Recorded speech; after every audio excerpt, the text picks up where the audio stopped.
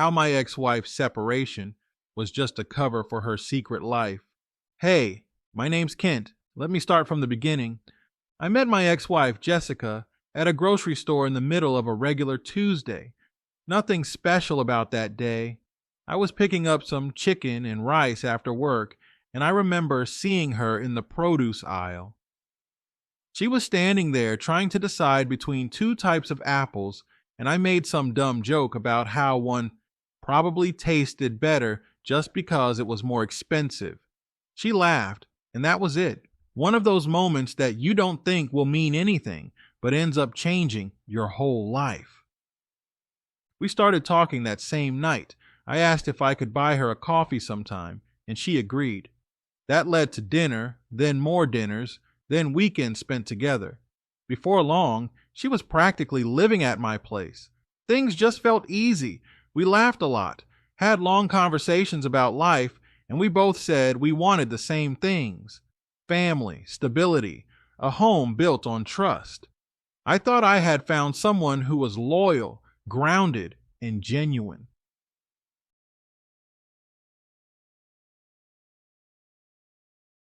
We got married after 2 years of dating. It wasn't a big wedding, but it was beautiful. Her parents were there, mine were proud, and I truly believed I was marrying my best friend. Our marriage was good. Not perfect, but good. Solid. We had small arguments like any couple, but we always seemed to work things out.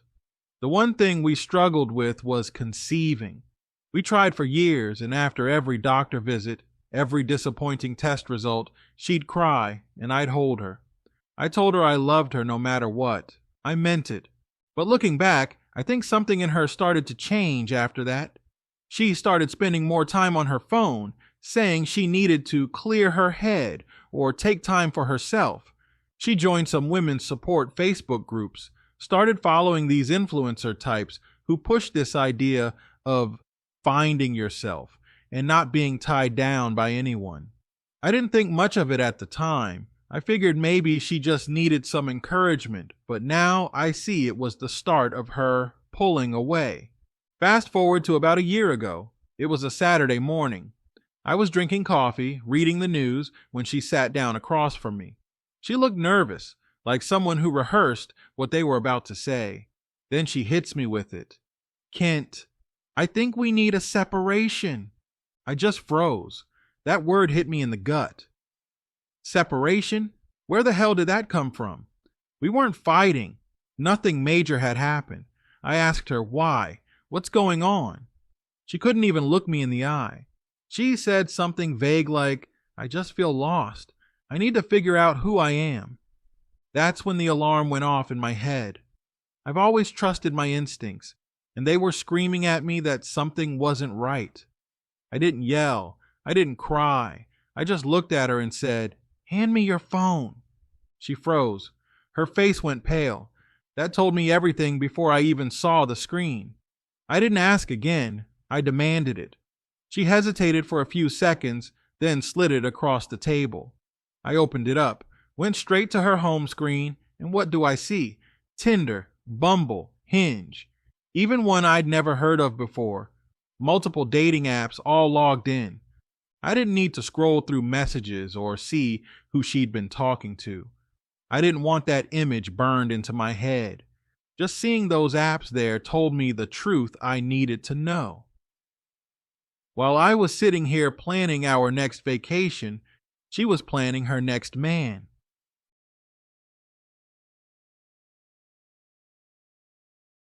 I remember setting the phone down, staring at her for a long second and saying, You've already made your decision. Then I got up and walked out. I didn't sleep much that night. I went for a long drive, just thinking about everything, every memory, every promise, every I love you that apparently didn't mean a damn thing. The next morning, I called a lawyer. I wasn't about to beg or play stupid games. I knew what she was doing, and I wasn't sticking around to be her safety net while she figured herself out. Within a week, I had papers filed. When she was served, she acted shocked, like I was the one ending something perfectly good out of nowhere. The gaslighting was unreal. She cried, asked why I was overreacting. I told her, "You wanted separation? I'm just helping you get what you asked for." During the court proceedings, she completely fell apart. She tried to play the victim, saying things like, "I was cold and emotionally distant." Her lawyer looked embarrassed half the time because she couldn't stick to a story. Every time the judge asked a question, she'd start tearing up and turning it into a monologue about how she just needed space. What really broke her case, though, was when my lawyer asked point blank, "Were you using dating apps before your separation?" She froze again, just like the day I caught her. Then she tried to twist it, saying, "I downloaded them after I said I wanted a separation." The judge wasn't buying it, neither was I. The timeline didn't make sense, and even her own text messages, which my lawyer had subpoenaed, showed her telling a friend she'd been talking to someone new weeks before she ever told me she wanted space. It was humiliating for her, and honestly, I didn't even enjoy watching her crumble. I just felt numb. The woman I thought I knew didn't exist anymore. She was like a stranger wearing my wife's face.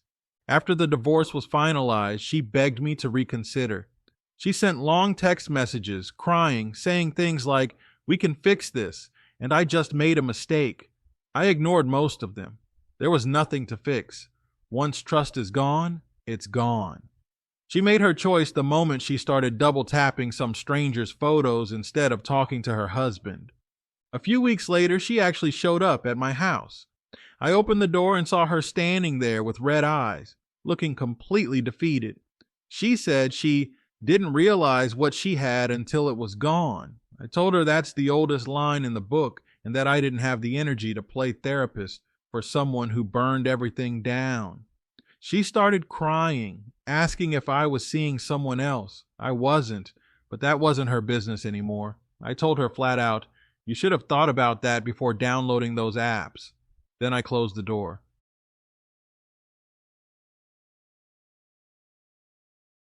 I'm not going to lie, true story.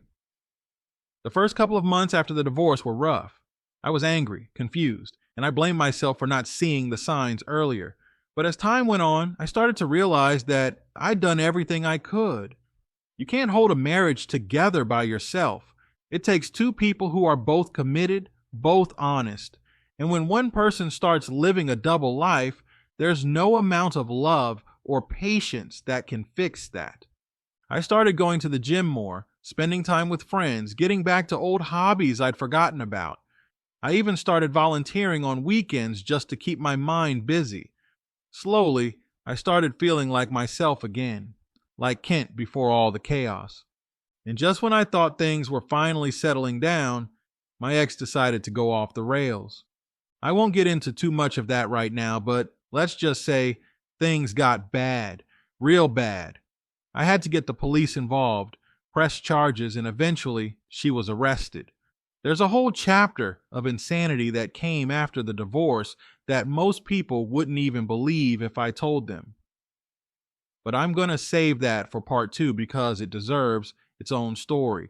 For now, I just want to end this by saying, if any man listening is going through something similar, don't second guess your gut. When something feels off, it's usually because it is. Don't let anyone make you feel crazy for wanting transparency or honesty in your relationship. If someone loves you, they don't hide their phone. They don't ask for space while lining up replacements. After the divorce was finalized, I focused on rebuilding my life. I got back into my routine. I was working out regularly, going to work, spending weekends with friends, and just trying to rediscover who I was outside of being a husband. I wasn't bitter, just cautious. I thought my ex Jessica would go her own way and do whatever it was that she thought she needed to find herself. For a while she did. I didn't hear from her for almost a month. Then, out of nowhere, the text started again. It began with small stuff. "Hey, just checking on you." Then it escalated into, "I miss you, Kent. I wish we could talk." I ignored most of them. I didn't want to reopen wounds that were finally starting to close. But when she realized I wasn't responding, that's when she started showing up in person. The first time was on a rainy Tuesday night. I'd just gotten home from work when I noticed a car parked at the end of my driveway. My stomach dropped when I recognized it was her old silver Nissan. I sat in my car for a second, debating whether to go inside or drive off. Finally, I decided to face it head on. She was sitting there, engine running, staring straight ahead. I knocked on her window, and she jumped like she'd been caught doing something wrong. When she rolled it down, I asked, "What are you doing here, Jess?" She looked worn out, makeup smeared, hair messy, that defeated look in her eyes. "I just wanted to talk," she said. "I can't sleep. I keep thinking about everything." I told her there was nothing to talk about. The marriage was over. The damage was done. But she wouldn't let it go. She started crying, saying she didn't realize how much she'd hurt me, how she made a mistake, and how she wanted to make things right. She even said she was going to therapy and working on herself.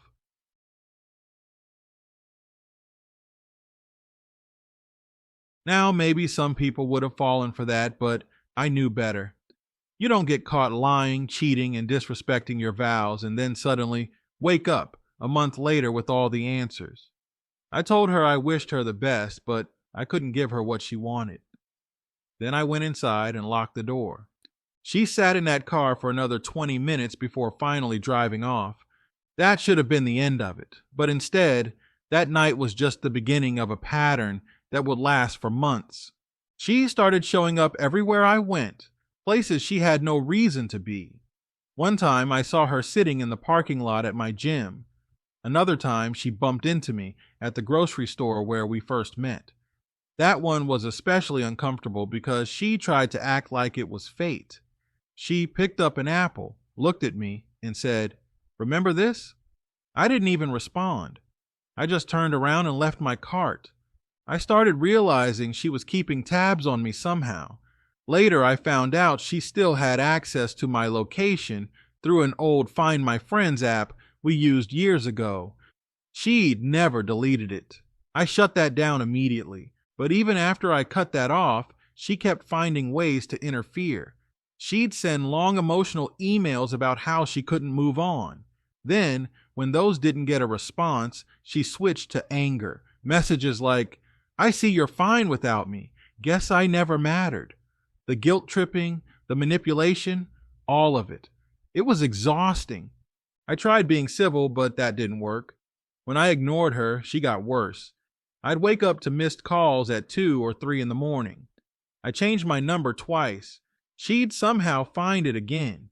I even caught her leaving small things on my porch. Notes, little gifts, a picture of us from our wedding day in an envelope. It crossed from sad to disturbing. At one point, she sent me this long, rambling message about how she was talking to someone new, but it didn't feel right because no one could ever replace me. I think she wanted me to feel jealous. Instead, it just made me realize how unstable she'd become. It all came to a head one night in late March. I'll never forget that night. I had a friend over, just a buddy from work.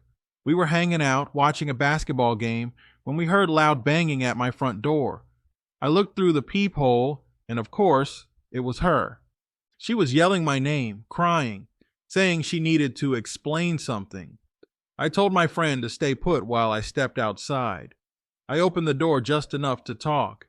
She immediately tried to push past me into the house. I blocked her. She started screaming, saying she knew I had a woman in there. I told her to leave or I'd call the police. That set her off even more. She started crying, saying, "So this is what I get after everything I gave you." It turned into a scene. Neighbors came out, and she just stood there crying on my front lawn. I had no choice but to call the cops. They came, talked to both of us, and told her to leave.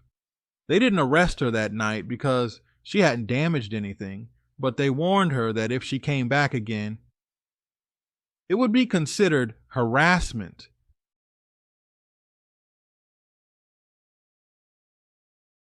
You'd think that would have scared her off. Nope, she kept pushing it. A week later, I came home to find my car keyed. Deep scratches all along the side, not random either. It looked deliberate.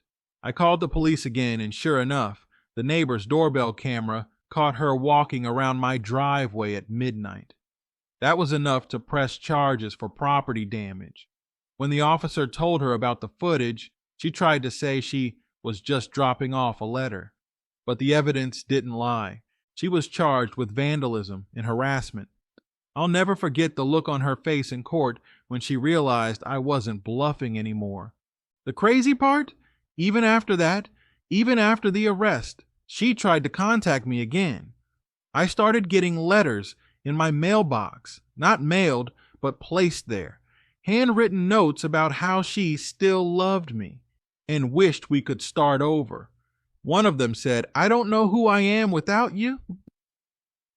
At that point, I realized I wasn't dealing with the same person I married.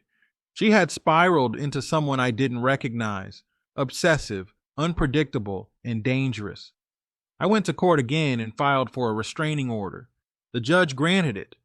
That restraining order probably saved my sanity. It gave me peace for the first time in months. But true story, I'm not going to lie to you. Even though I finally had legal protection, the emotional scars ran deep. There were nights when I'd wake up thinking I heard her outside. I'd check my cameras, double-check the locks. The paranoia stuck with me for a while. That's what betrayal and chaos do to a man.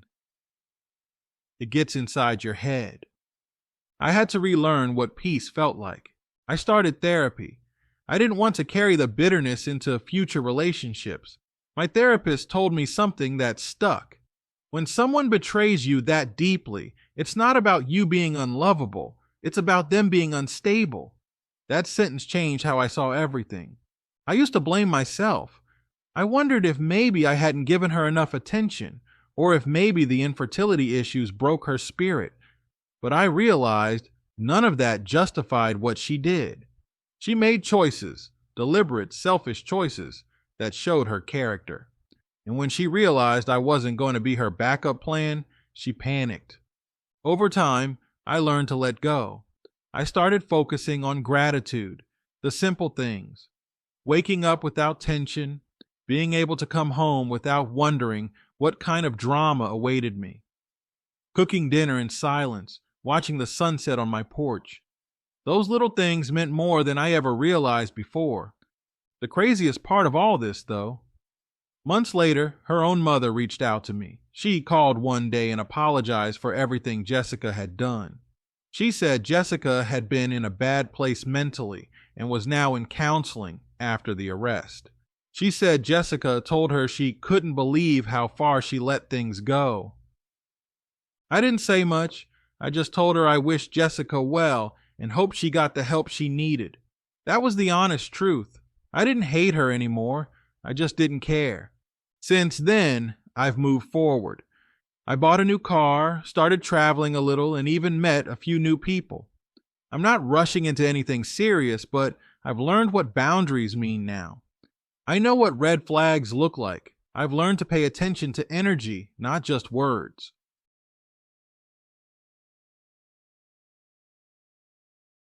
There's one thing this entire experience taught me. Peace is priceless. I used to think love was about passion and fireworks and long nights talking about dreams. Now I know it's about safety. It's about calm. It's about trust that doesn't need to be proven every day. When a woman truly loves you, you don't have to question what she's doing on her phone. You don't have to wonder if she's loyal when she says she needs space. Real love doesn't hide, and it doesn't test your patience. Looking back, I can say I lost a marriage, but I gained wisdom. I learned how strong I really am. I learned how quickly people can switch up, but also how to spot it before it's too late. I learned that sometimes God removes people from your life not to hurt you, but to protect you. I also learned that closure doesn't always come from an apology. It comes when you accept the truth and stop looking back. So yeah, true story, that's how things went after the divorce. It got dark, darker than I expected, but I made it out. I pressed charges when I had to, stood my ground, and rebuilt my life piece by piece. I'm proud of where I am now, and I'm not done yet. I'm still learning, still healing, still moving forward. If my story reaches even one man out there who's going through something similar, someone who's questioning his own sanity because a woman he trusted turned into a stranger, then it was worth writing this. You're not crazy. You're not weak. You're just dealing with someone who couldn't handle their own demons. Don't let them drag you down with them. But I want to take a turn here. This email isn't about my ex-wife anymore. That story's done. It's about what I learned after the smoke cleared, about myself, about life, and about what men need to know before even thinking about getting into a serious relationship or marriage. I want to talk about why no man should even consider a relationship until he's found his career path, built some stability, and figured out who the hell he really is. When I look back, I can admit something I never wanted to before. I got married too early in my journey, not in age, but in readiness. I thought I was ready because I had a steady job, a decent apartment, and a heart full of love. But what I didn't realize was that I hadn't yet built the kind of foundation that keeps a man grounded when life hits hard. See, when you don't have your identity locked in, it's easy to let someone else define it for you. That's what happened to me. I let my relationship become my purpose. Everything revolved around her moods, her needs, her approval. I didn't see it at the time, but I was slowly losing myself trying to be the perfect husband. If I could go back and talk to my younger self, I'd say, Kent, build you first. Find your lane. Find your peace. Find your reason for waking up every day that has nothing to do with anyone else. Because when a man doesn't have that, he becomes vulnerable, not just emotionally, but spiritually and mentally. He starts making decisions out of fear and attachment instead of purpose and strength.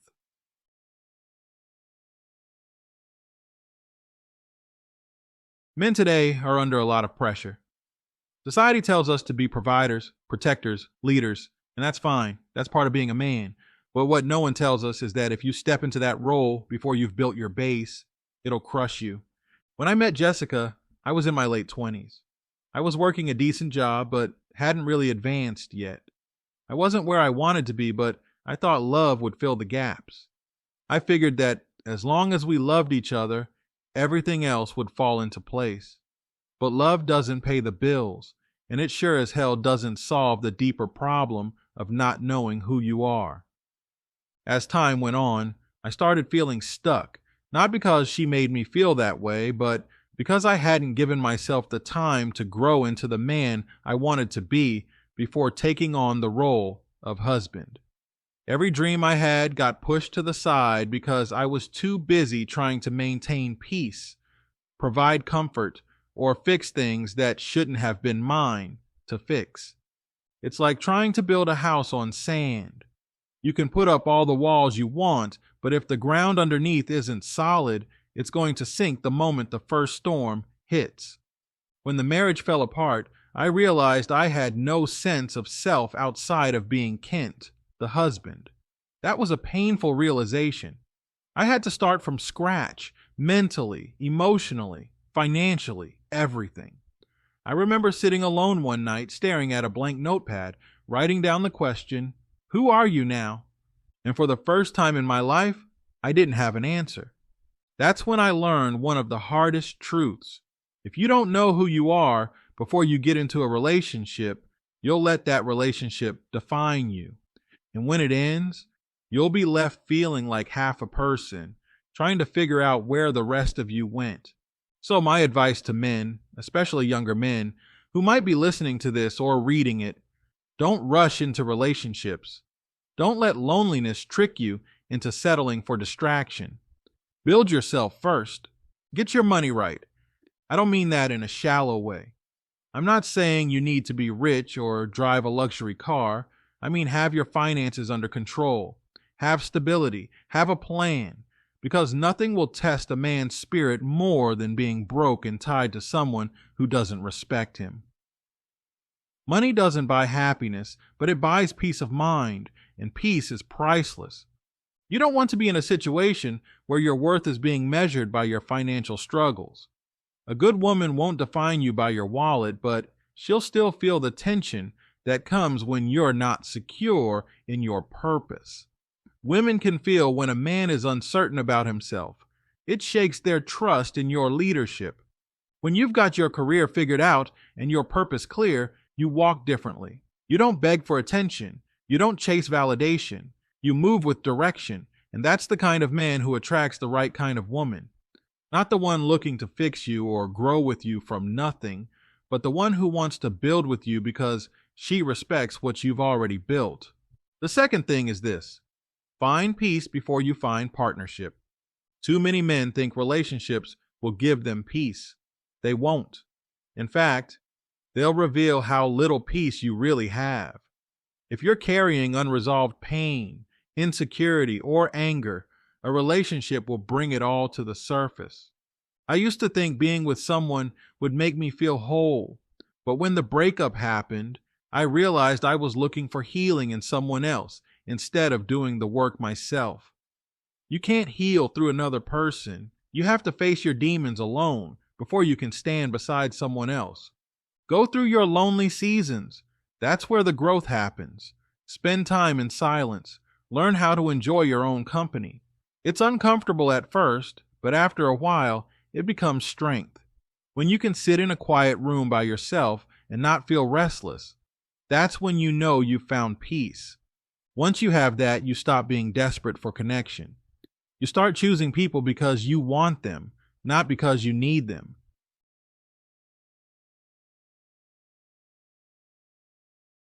Third, don't get serious with anyone until you've been tested by life.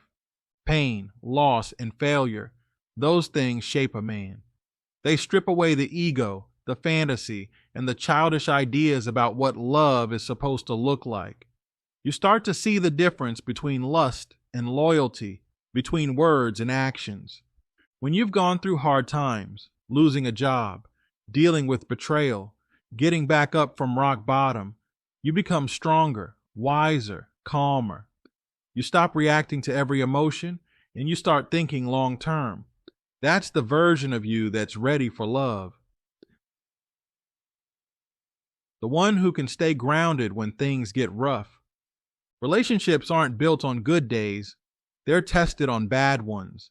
And if you don't know how to handle stress, pressure, or disappointment, you'll crumble the first time something doesn't go your way. That's why finding your career and your peace first matters. It gives you resilience. When you've built something of your own, your income, your stability, your confidence, you carry yourself differently. You stop moving out of fear. You stop worrying about someone leaving because you know you'll be fine regardless.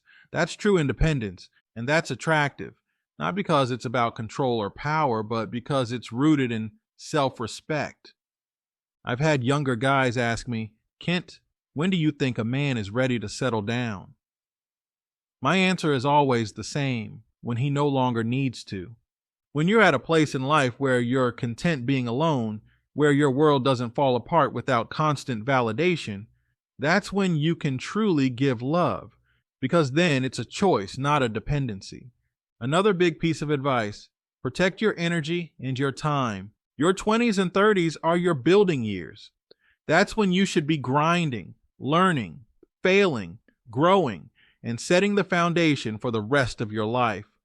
Too many men waste those years chasing relationships, trying to prove they're good men, or saving women from situations that aren't their responsibility. I've been there. I've been the guy who thought love was about fixing someone, or holding them together while they figured things out. But that's not love. That's codependency. You can't pour into someone else from an empty cup. Build your career. Get disciplined. Get in shape. Build friendships with men who hold you accountable. Develop your skills. Travel. Learn. Make mistakes and recover from them. Because when you finally do meet someone, you want to bring value to the table, not baggage. And here's another hard truth: the kind most people won't say out loud. A woman will never respect a man who doesn't respect himself. If you don't have boundaries, goals, or standards, you'll end up in relationships that drain you. You'll tolerate behavior you shouldn't. You'll stay in situations out of fear of being alone. But when you have your purpose, you naturally develop self-respect, and that sets the tone for how people treat you. Women test men, not always consciously, but they do. They test to see if you'll stand on your word, if you'll fold under pressure, or if you'll stay calm when challenged. When you've built your life from the ground up, you won't flinch during those tests. You've already been tested by life, so no emotional game will shake you. That's the strength of a man who's built himself first. Now, let me be clear. I'm not saying relationships are bad or that all women are trouble. That's not my message. There are good women out there, strong, loyal, loving women who want to build something real, but you won't recognize them if you're still broken or lost. You'll attract chaos when you're chaotic. You'll attract peace when you're peaceful. The version of me who married too soon didn't know that. I was chasing comfort, not connection. I wanted validation, not partnership. And that's why it failed.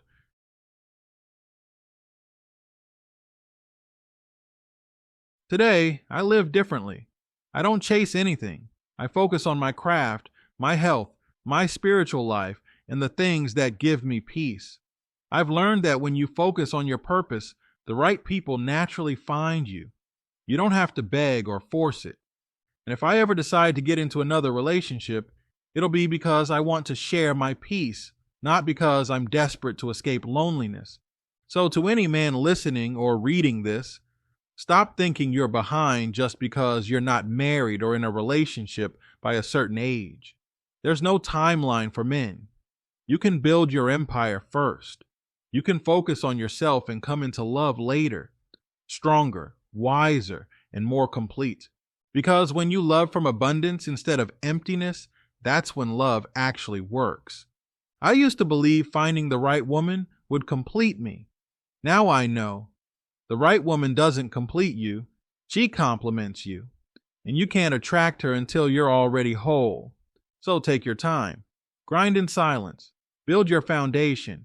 Master your emotions, learn discipline, fall in love with your goals. And when you finally meet someone, you'll know she's the one, not because you need her, but because she fits effortlessly into the life you've already built. That's what real maturity looks like. So yeah, true story. That's my message for this part 3. I went from a man who lost everything to a man who finally understands himself. And I wouldn't trade that clarity for anything. If my story can save even one man from rushing into something he's not ready for, from tying his worth to someone else before building himself, then it's worth it. Because the truth is, when a man builds his kingdom first, love stops being a gamble and starts being a choice. Thanks again for giving men like me a place to speak freely. This community isn't just storytelling, it's therapy. And if anyone takes one thing from my words, let it be this. Don't chase love. Chase purpose. Love will follow when it's time. Take care, Kent.